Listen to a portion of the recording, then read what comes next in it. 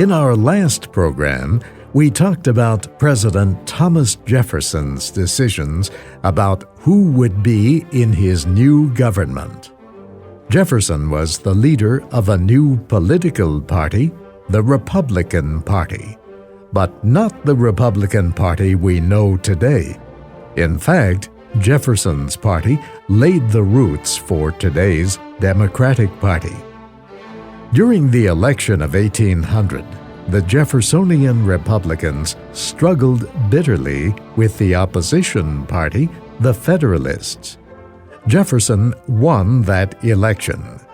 In his inaugural address of 1801, he said he wanted to work with the Federalists for the good of the nation. But he chose no Federalists for his cabinet. All the cabinet officers were strong Republicans. All were loyal to Thomas Jefferson. Once President Jefferson formed his cabinet, he began planning the policies of his administration. Jefferson, of course, thought central government should be almost invisible. He saw its prime role as acting as a sort of referee between the various states, and he wanted to keep it to a minimum.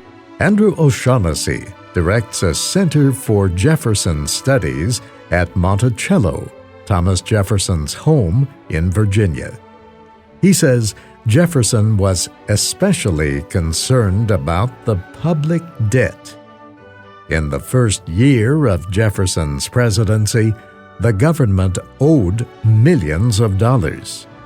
Each year, the debt grew larger because of the interest charged on these loans. Jefferson wanted to balance the budget. Jefferson discussed his financial policy with his two closest advisors. The advisors were Secretary of State James Madison and Treasury Secretary Albert Gallatin. The men agreed that the government must stop spending as much money as it did under former President John Adams, and they agreed that the government must pay its debts as quickly as possible.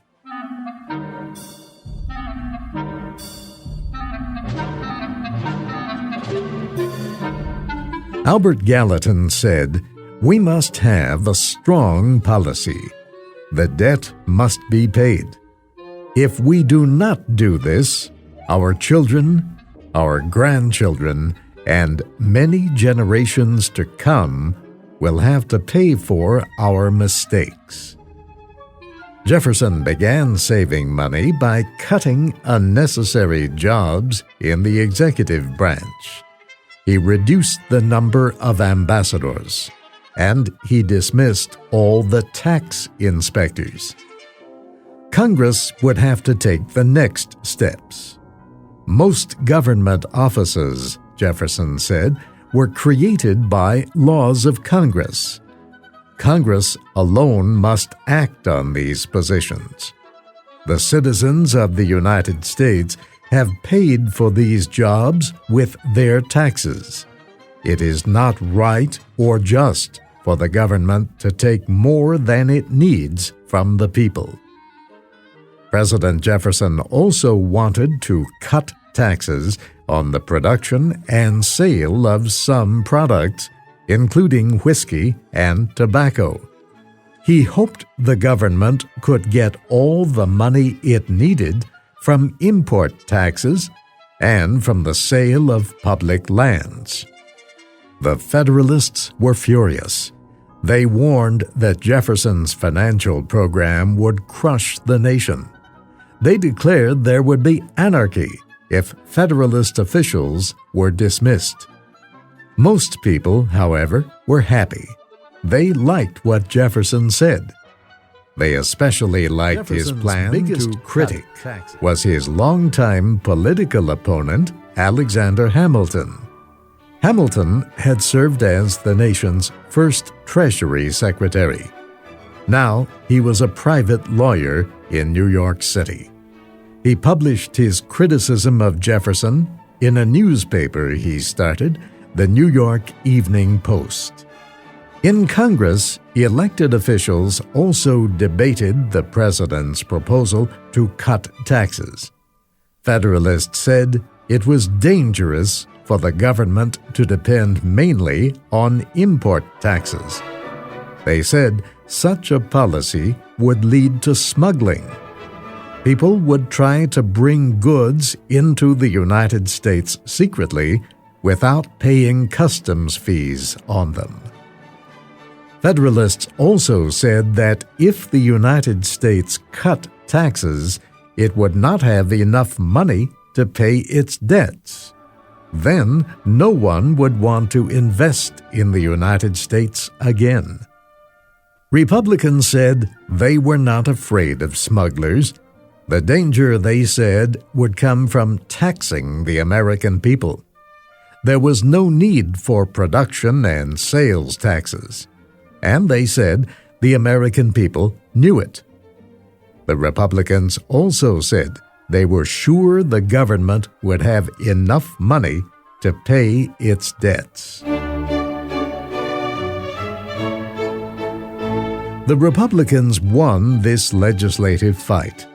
Both the Senate and the House of Representatives voted to approve the president's plan to cut taxes. Congress also had another of Jefferson's proposals to debate. Jefferson wanted to reduce the number of federal courts. The issue had roots in the political divisions between the Federalist and Republican parties, and it started in the closing days of the previous president's term.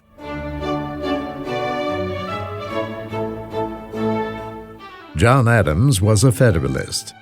Before Adams left office, Congress passed a Judiciary Act. This act gave Adams the power to appoint as many judges as he wished.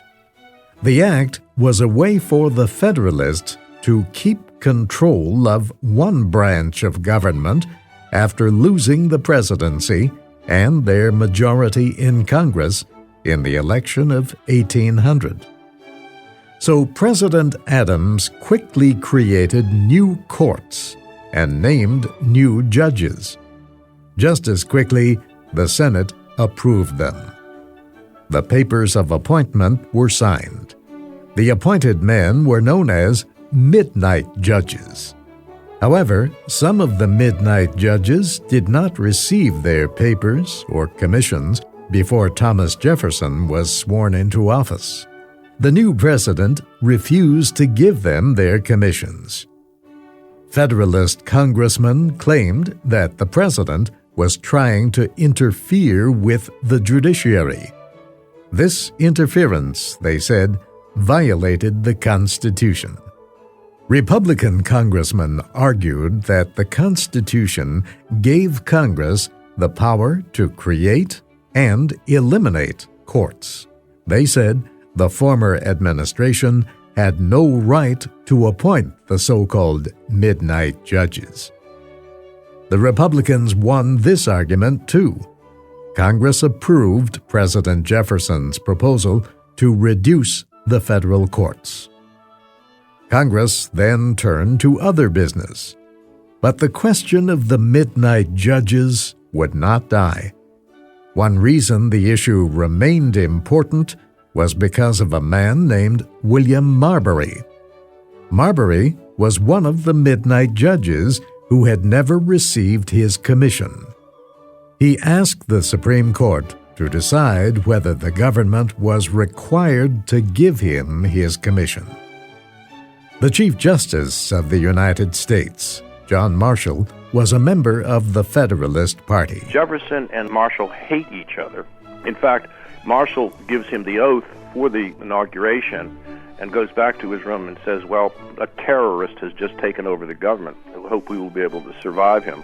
Joseph Ellis is a historian who has written many books about early American history. He says John Marshall was a towering figure who had an entirely different view of the federal government than Jefferson. Marshall believed the Supreme Court should have the right to veto bills passed by Congress and signed by the President. In the Marbury case, he saw a chance to put this idea into law. Marshall wrote his decision carefully. First, he said that Marbury did have a legal right to his judicial commission. Then he said that Marbury had been denied this legal right. He said no one, not even the President, could take away a person's legal rights. Next, Marshall noted that Marbury had taken his request to the Supreme Court under the terms of a law passed in 1789. That law gave citizens the right to ask the High Court to order action by any lower court or by any government official. Marshall explained that the Constitution carefully limits the powers of the Supreme Court. The court can hear direct requests involving diplomats or the states. It cannot rule on other cases until a lower court has ruled. So, Marshall said, the 1789 law allowed Marbury to take his case directly to the Supreme Court. But the Constitution did not. The Constitution, he added, is the first law of the land. Therefore, the congressional law is unconstitutional and has no power. Chief Justice Marshall succeeded in doing all he had hoped to do. He made clear that Marbury had a right to his judicial commission. He also saved himself from a battle with the administration. Most importantly, he claimed for the Supreme Court the power to rule on laws passed by Congress. The case of Marbury versus Madison established that the Supreme Court, not the President or the Congress, has the final say on what the Constitution means.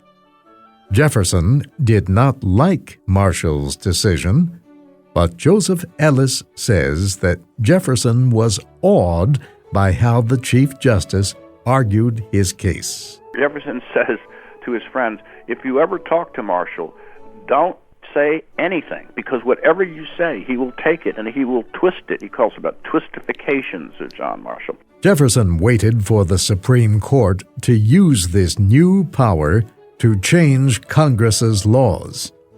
Several times during Jefferson's presidency, Federalists claimed that laws passed by the Republican Congress violated the Constitution, but they never asked the Supreme Court to reject those laws. The case of Marbury versus Madison was one of the most important decisions about how America's government operates. But historians say another act during Thomas Jefferson's presidency affected America in an even bigger way.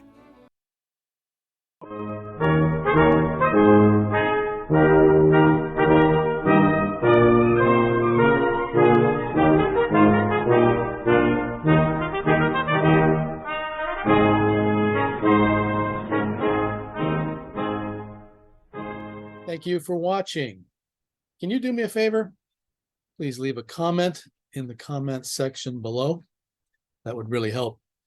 Thank you, and see you again soon.